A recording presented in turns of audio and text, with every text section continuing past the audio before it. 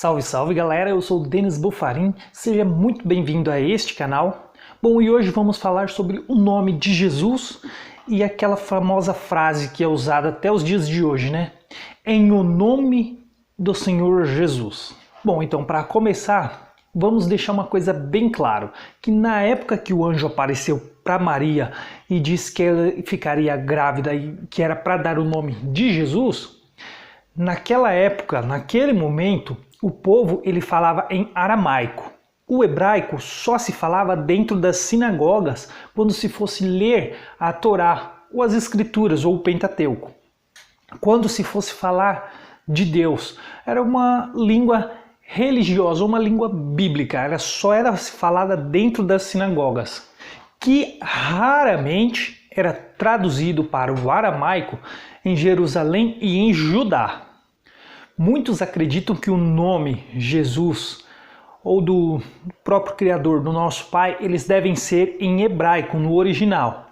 Mas o povo falava em aramaico e o anjo, quando aparecia para uma pessoa, ele falava na língua da pessoa. Nesse caso, então, naquele momento, provavelmente ele tenha falado em aramaico. Só que as escrituras, a partir de Mateus, Marcos, Lucas e João, ela foi escrita em grego, o que já é um outro idioma, e quando o nome de Jesus aparece em grego. Alguns dizem que o nome de Jesus se dizia no tempo que viveu Yeshua, mas isso é só uma hipótese, pois nunca teremos certeza de como ele era pronunciado, pois existiam muitas variantes e não temos uma testemunhança direta, de fato. Um famoso léxico de nomes do período do Segundo Templo, de Taulan, que recolhe palavras encontradas em escavações arqueológicas, diz que Joshua aparece 85 vezes, Yehoshua 15 e 48 vezes o grego Iesous, e uma única vez Yeshua em grego. Portanto, parece que o nome de Jesus poderia ter sido pronunciado Yehoshua, ou uma forma mais breve, Yeshua. Não é possível, como já dito, determinar com certeza qual era a forma usada para Cristo. Vamos ver uma passagem bem interessante nas Escrituras agora, que está em Gênesis 11, versículos 6 e 7. E o Senhor disse, eis que o povo é um, e todos têm a mesma linguagem. Isto é apenas o começo, agora não haverá restrição para tudo que intentam fazer. Vinde, descemos e confundamos ali a sua linguagem, para que um não entenda a linguagem do outro. Podemos ver então que isso é a vontade do próprio Pai. Foi ele quem desceu e que confundiu as linguagens, para que o povo não se tornasse uma única nação, adorando apenas um líder. Como naquela época, o líder era Nimrod, onde escravizou muitas pessoas, onde ele dominou muitas pessoas e ali se tornou um líder ou um rei. A partir de então, até a época de Cristo, várias línguas surgiram, assim como muitas variações de línguas, inclusive das mesmas línguas. Bom, para entendermos essa questão dos nomes, é muito importante não analisarmos essa questão na nossa cultura, nos nossos tempos, mas sim na cultura daquela história, da história daquele povo, naquele tempo. É muito importante entender a cultura deles naquele tempo, já que os nomes eram muito diferentes. Ou seja, o nome não significava aquele nome da pessoa como temos hoje. Hoje nós temos o sobrenome, que mostra de quem somos descendentes e que os nossos descendentes vão levar o nosso sobrenome. Ele nos mostra a nossa descendência. Já naquela época era um pouco diferente, não havia sobrenome, nem todas as pessoas tinham sobrenome. Então é muito importante entender a cultura da época, porque o sobrenome da pessoa era o legado dela, ou a crença dela. Até por volta do século XII, os europeus tinham o costume de dar apenas um nome para os seus descendentes. Nessa época, talvez pelo próprio isolamento da sociedade feudal, as pessoas não tinham a preocupação ou a necessidade de cunharem outro nome ou sobrenome para distinguir um indivíduo dos demais. Contudo, na medida em que a sociedade crescia, A possibilidade de conhecer pessoas com o mesmo nome poderia causar muita confusão. Agora vamos lá para Mateus capítulo 18, versículo 5. E quem receber uma criança tal como esta em meu nome, a mim me recebe. Vamos ver também o versículo 20. Porque onde estiverem 2 ou 3 reunidos em meu nome, ali estou no meio deles. Bom, vamos ver também em Mateus, capítulo 28, versículos 19 e 20. Ide, portanto, fazer discípulos de todas as nações, batizando-os em nome do Pai e do Filho e do Espírito Santo, ensinando-os a guardar todas as coisas que vos tenho ordenado. E eis que estou convosco todos os dias até a consumação do século. Aí eu vou explicar um pouco usando o batismo, para poder entender. Nesse último versículo, no capítulo 28, nesse caso foi depois da ressurreição de Cristo, já dá a ordem aos apóstolos, aos 11 apóstolos. Bom, na outra de antes, foi antes da cruz de Cristo. Por esse motivo, ele fala em meu nome, ou seja, no nome de Jesus. Mas o que significa em o nome de Jesus? O nome de Jesus não significa o que nós achamos hoje ou o que aprendemos no sistema religioso. O nome de Jesus significa representá-lo. É como uma formatura e alguém escolhe uma pessoa para falar em nome do grupo, ou seja, ele vai representar o grupo, a turma, aquelas pessoas. É mais ou menos a mesma coisa que acontece com Jesus. Quando ele fala em nome de Jesus, é porque as pessoas devem representar Jesus e não falar uma frase e colocar no final em nome de Jesus. Já no caso do batismo com o Espírito Santo, é porque esse batismo seria o batismo com o Espírito Santo por imposição de mãos, que ele delegaria aos 11 apóstolos depois da sua ressurreição. Já o batismo em nome de Jesus é aquele batismo que ele começa a ensinar depois de João. João Batista ensina o batismo nas águas de arrependimento, porém os seus discípulos também começam a batizar algumas pessoas nesse tempo, antes da cruz de Cristo. Só que eles não eram da tribo de Levi, ou eles não eram sacerdotes para poder batizar. Então eles batizavam em nome de Jesus. Ou seja, eles batizavam representando Jesus, como se eles mesmos fossem Jesus. Ou seja, eles representavam as doutrinas, os ensinamentos de Jesus. Isso é em o nome de Jesus. Bom, agora vamos lá para Marcos, capítulo 9, versículo 41. Porquanto aquele que vos der de beber um copo d'água em meu nome, porque sois de Cristo, em verdade vos digo que de modo algum perderá o seu galardão. Em Lucas 4, versículo 18. O Espírito do Senhor está sobre mim, pelo que me ungiu para evangelizar os pobres, enviou-me para proclamar libertação aos cativos e restauração à vista aos cegos, para pôr em liberdade os oprimidos. Então aí Jesus diz que o Espírito Santo ungiu ele para proclamar aos pobres e as coisas que acabamos de ler. Bom, o Espírito Santo ungiu a ele e ele mais tarde ungirá os discípulos, os apóstolos, para fazer a mesma coisa. Vamos lá para João 4, versículos 1 e 2. Quando, pois, o Senhor veio a saber que os fariseus tinham ouvido dizer que ele, Jesus, fazia e batizava mais discípulos que João, se bem que Jesus mesmo não batizava, e sim os seus discípulos. Jesus ele batizava mais que João, nesse caso era João Batista, mas não era Jesus quem batizava, em sim os apóstolos. Nesse caso, durante esse tempo, o batismo era em nome de Jesus, mas depois da cruz de Cristo, então passou a ser em nome do Pai, do Filho e do Espírito Santo, porque então veio o Espírito Santo e Jesus assim, ele deu autoridade aos apóstolos para batizar no Espírito Santo, primeiro com imposição de mãos e mais tarde, muitos anos depois, com a fé. Pela fé é que as pessoas são batizadas com o Espírito Santo. Mas durante esse tempo, então antes foi em nome de Jesus, depois da morte de cruz, durante o tempo de reforma. Para quem não sabe qual foi o tempo de reforma ou quanto tempo durou, eu vou deixar um vídeo aqui no card que fala sobre o batismo e o tempo de reforma. Ele explica com detalhes essa parte do tempo de reforma. Então, durante o tempo de reforma, foi o batismo com o Espírito Santo por imposição de mãos, que aí era em nome do Pai, do Filho e do Espírito Santo.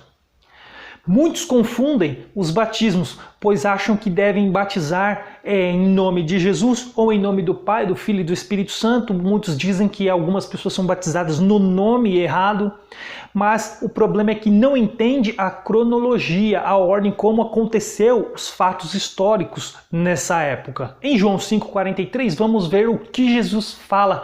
Eu vim em nome de meu Pai e não me recebeis. Se outro vier em seu próprio nome, certamente o recebereis. Então vemos que Jesus veio em nome do Pai. Jesus, ele representava o Pai, ele veio em nome do Pai. Isso era estar em nome de.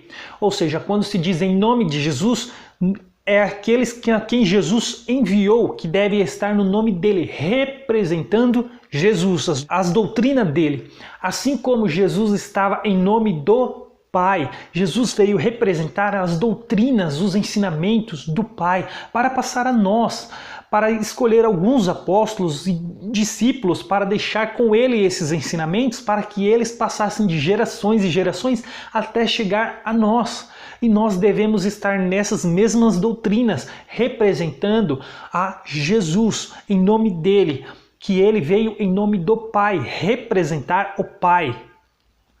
Vamos ver agora em João 14, versículos 13 e 14. E tudo quanto pedirdes em meu nome, isso farei, a fim de que o Pai seja glorificado no Filho. Se me pedirdes alguma coisa em meu nome, eu o farei. Então, nesse caso, se é pedir alguma coisa em nome de Jesus, hoje o sistema religioso ensinou durante muito tempo errado, pois quando ele faz uma oração, no final ele coloca a frase em nome de Jesus. Ele faz qualquer oração e coloca no final em nome de Jesus, o que é totalmente errado e mostra que os líderes religiosos não entenderam o que significa em nome de Jesus. Quando pedir em nome de Jesus, é para representar Jesus, é para pedir algo que o próprio Jesus pediria. Um exemplo, quando eu era do sistema religioso, eu ouvia alguns líderes religiosos orarem no final do culto para guardar os carros que ficavam lá fora, para ninguém roubar, para livrá-los de assalto e de roubo, algo desse tipo. Bom, mas nas escrituras fica muito claro que Jesus, ele ensina de maneira diferente, ou seja, nesse caso esses líderes não estavam em nome de Jesus. Eles oravam e colocavam no final da oração a frase em nome de Jesus. Mas não foi isso que Jesus ele disse, isso não é estar em nome de Jesus. Olha o que é estar em nome de Jesus. Vamos ver em Lucas 6, versículos 27 ao 33. Digo-vos, porém, a vós outros que me ouvirás, amai os vossos inimigos, fazei o bem aos que vos odeiam, bendizei aos que vos maldizem, orai pelos que vos caluniam. Ao que te bate numa face, oferece-lhe também a outra, e ao que tirar a tua capa, deixa-o levar também a túnica. Dá a todo o que te pede, e se alguém levar o que é teu, não entres em demanda. Como quereis que os homens vos façam assim, fazei-o vós também a eles. Se amais os que vos amam, qual é a vossa recompensa? Porque até os pecadores amam os que os amam. Se fizerdes o bem aos que vos fazem o bem, qual é a vossa recompensa? Até os pecadores fazem isso. Ou seja, então o sistema religioso não faz nada além do que os pecadores já fazem. Olha lá em 1 Coríntios 6, versículos 7 e 8. O só existir entre vós demandas já é completa derrota para vós outros. Por que não sofreis antes a injustiça? Por que não sofreis antes o dano? Mas vós mesmos fazei a injustiça e fazei o dano, e isto aos próprios irmãos. Quando ele fala em sofrer antes os danos, antes as injustiças, é que nós, os que somos exemplos de Cristo, que estamos no nome dele, representando ele, deveríamos dar o exemplo. Porque ao invés de orar para que essas coisas não aconteçam com nós, muito pelo contrário, deveríamos orar para aqueles que fazem estas coisas. porque não somos diferente ou melhor que os pecadores, que os ímpios, não somos melhores que ninguém, somos todos iguais. Portanto, se orarmos para que essas coisas, para que o Pai nos livre dessas coisas, então estaremos sendo hipócritas. Portanto, a oração que deveria ser feita não era para nos livrar de assalto, de roubo, qualquer coisa do tipo, ou que livre os carros, os nossos bens materiais. Não devemos ser apegados a bens materiais. A ideia é que ser representante de Jesus é orar por aquele que está fazendo isso. Orar por ele, falar, Senhor, perdoa-o porque ele não sabe o que faz. Orar para que ele possa um dia vir se arrepender dessas coisas que ele está fazendo, que ele se comete. Ou seja, não é orar, não é passar a mão na cabeça daquele que está cometendo tais atos. Muito pelo contrário. É orar pela vida dessas pessoas para que um dia elas se arrependam, como o ladrão da cruz. O ladrão que falou que merecia aquela cruz e não Jesus, porque Jesus era inocente, ele assumiu os seus erros e mesmo assim ele pagou pela morte de cruz, sendo condenado pela lei humana, pela nossa lei terrena aqui. Ele morreu numa morte de cruz, ele foi condenado. Aquilo foi a consequência e ele pagou a consequência. Porém, ele se arrependeu e ele assumiu que ele cometeu tais atos. Ele merecia aquilo, mas Jesus não. Então é mais ou menos isso que eu quero dizer. Não é passar a mão na cabeça, mas orar por essas pessoas que cometem tais atos. E não ser egoísta ao ponto de orar por nossos bens materiais, por nossas coisas, nos diferenciando das pessoas ou querendo ou não, indiretamente fazendo acepção de pessoas, nos colocando num patamar diferenciado das outras pessoas. Não tudo que acontece a elas também acontece a nós. Sim, é dessa maneira que Jesus, que ele oraria pelas outras pessoas. Isso é estar em nome de Jesus, representá-lo. João 16, versículo 23. Naquele dia nada me perguntareis. Em verdade vos digo, se pedirdes alguma coisa ao Pai, ele vô-la concederá em meu nome. João 20, versículos 21 e 22. Disse-lhe, pois, Jesus outra vez, Pai seja convosco, assim como o Pai me enviou, eu também vos envio. E havendo dito isto, soprou sobre eles e disse-lhes, recebei o Espírito Santo. Esses momentos são momentos antes de Jesus subir ao céu. Ele sopra então o Espírito Santo e os 11 apóstolos eles vão receber o Espírito Santo. O livro de João ele vai entrar junto com o começo de Atos. Atos sabemos que é um livro que Lucas escreveu, portanto é um livro que fala sobre os atos dos apóstolos, o que os apóstolos fizeram. Portanto, esse finalzinho de João é o comecinho também de Atos dos Apóstolos, só que com a visão já de Lucas. O finalzinho do livro de João é com a visão de João e o comecinho do livro de Atos é com a visão de Lucas. Mas os dois, eles se misturam nesse comecinho, no final de um e no comecinho do outro. Podemos ver em Atos 1, versículos 4 e 5.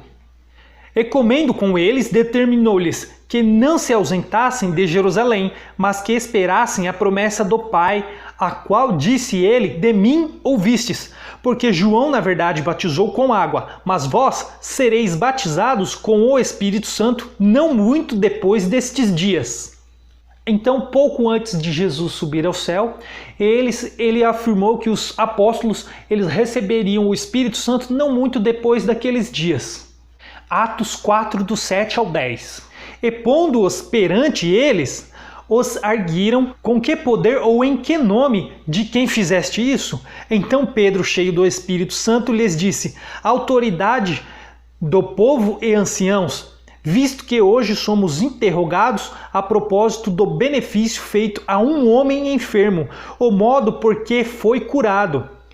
Tomai conhecimento, vós todos, e todo o povo de Israel, de que em nome de Jesus Cristo, o Nazareno, a quem vos crucificastes, a quem Deus ressuscitou dentre os mortos, sim, em seu nome é que este está curado perante vós. Esse caso foi o caso que Pedro e João curou um coxo na porta do templo. Então os fariseus interrogaram com que autoridade eles fazem isso. E nesse caso vimos que eles fizeram em nome de Jesus, ou seja, não foi necessário falar a frase em o nome de Jesus, mas sim, Pedro ele explica que a autoridade eles fizeram representando Jesus, como se eles fossem o próprio Jesus, ou seja, eles estavam levando os ensinamentos e as doutrinas de Jesus, eles representavam Jesus. Continuando os versículos, do 11 ao 13.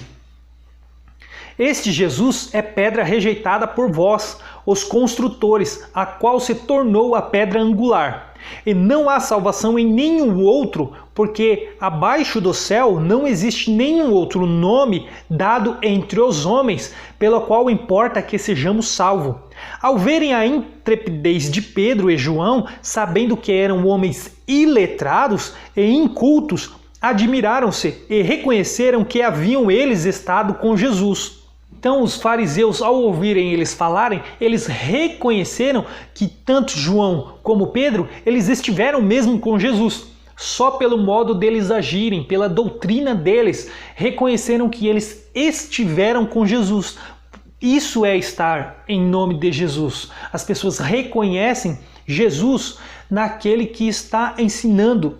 Atos 9, versículo 15.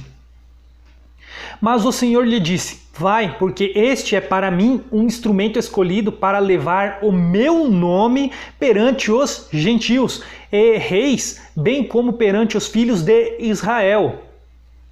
Aí nesse caso ele está falando de Paulo. Paulo foi escolhido para levar o nome dele. Vamos ver o versículo 27. Mas Barnabé, tomando-o consigo, levou-o aos apóstolos e contou-lhes como ele vira o Senhor no caminho, e que este lhe falara, e como em Damasco pregara ousadamente em nome de Jesus.